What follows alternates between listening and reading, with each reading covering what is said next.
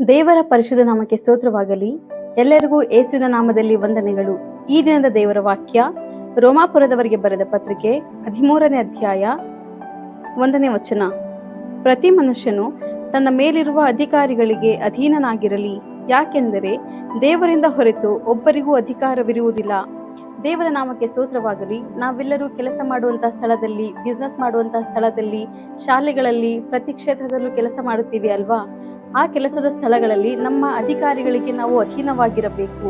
ಯಾಕೆಂದರೆ ದೇವರ ವಾಕ್ಯವು ಹೇಳುತ್ತದೆ, ದೇವರಿಂದ ಹೊರತು ಯಾರಿಗೂ ಅಧಿಕಾರವೂ ಇರುವುದಿಲ್ಲ ಎಂಬುದಾಗಿ.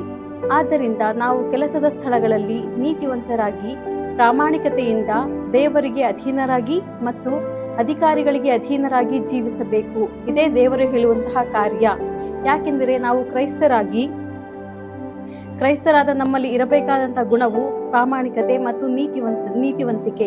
ಇದೇ ದೇವರು ನಮ್ಮಿಂದ ಎದುರು ನೋಡುವಂತದ್ದಾಗಿದೆ. ದೇವರು ಈ ವಾಕ್ಯವನ್ನು ಆಶೀರ್ವದಿಸಲಿ. ಪ್ರಾರ್ಥಿಸಿಕೊಳ್ಳೋಣ. ಪರಿಶುದ್ಧನು, ಮಹೋನ್ನತನು, ಉನ್ನತೋನ್ನತನಾದ ದೇವರೇ, ಸ್ತೋತ್ರ ಕರ್ತನೆ.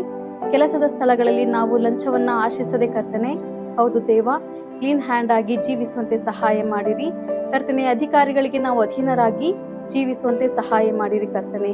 ಅಪ್ಪ, ಈ ವಾಕ್ಯಗಳನ್ನು ಆಶೀರ್ವದಿಸಿರಿ, ಕೇಳುವಂತಹ ಎಲ್ಲರನ್ನೂ ಆಶೀರ್ವದಿಸಿರಿ. ಯೇಸುವಿನ ನಾಮದಲ್ಲಿ ತಂದೆಯೇ, ಆಮೇನ್.